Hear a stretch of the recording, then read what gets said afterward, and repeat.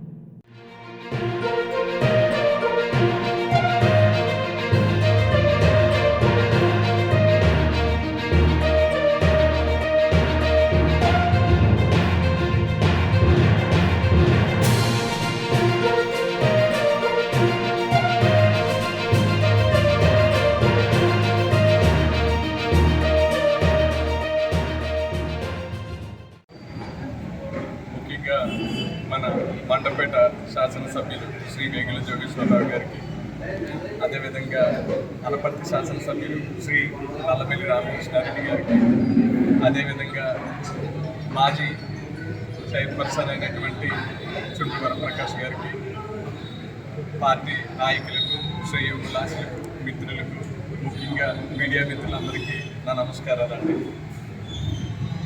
ఈరోజు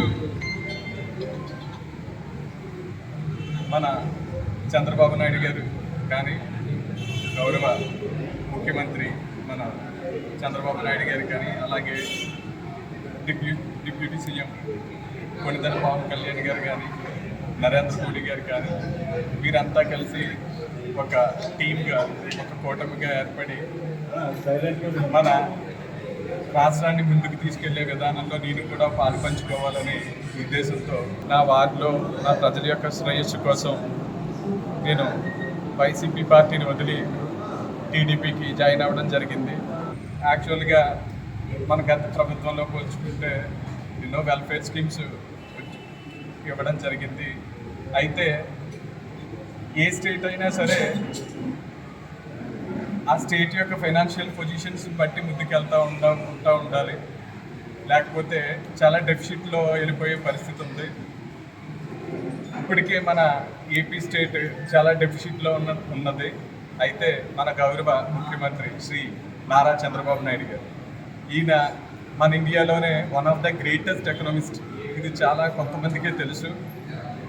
ఇలాంటి ఆర్థిక పరిస్థితుల్ని ఆయన సమర్థవంతంగా ముందుకు తీసుకెళ్ళగలరని, అదేవిధంగా గౌరవ డిప్యూటీ సీఎం శ్రీ కొణిదెల పవన్ కళ్యాణ్ గారు, ఆయన షూటింగ్స్ అవి చేసుకుంటే అనేక వేల కోట్లు ఆయన సంపాదించుకోవచ్చు. ఆయన దగ్గరికి అన్నీ వస్తాయి, కానీ ప్రజల యొక్క శ్రేయస్సు కోసం, ప్రజల సేవా మార్గంలో ఆయన బయటకు వచ్చి వెళ్ళే విధానం, అదేవిధంగా మన సెంట్రల్ గవర్నమెంట్లో నరేంద్ర మోడీ గారు, ఆయన ఒక అద్భుతమైన వ్యక్తి. పీవీకే కానీ, సర్జికల్ స్ట్రైక్స్ కానీ ఆర్టికల్ 370 కానీ ఇలాంటి మహోన్నతమైన కార్యక్రమాలు చేపట్టినటువంటి ఏకైక ప్రైమ్ మినిస్టర్ ఎవరైనా ఉన్నారంటే అయ్యి నరేంద్ర మోడీ గారు. ఇలాంటి అతిరథ మహారథులు అడవిజాడల్లో నడుస్తూ ముందుకెళ్ళాలని, అదేవిధంగా నా వార్డులో నా ప్రజల యొక్క బాగోగులు ఇంకా చూసుకోవాలని ప్రభుత్వంతో సపోర్ట్. ఏ ప్రభుత్వమైనా ఎవరైనా సరే కష్టపడేది ప్రజల యొక్క బాగోగుల కోసమే.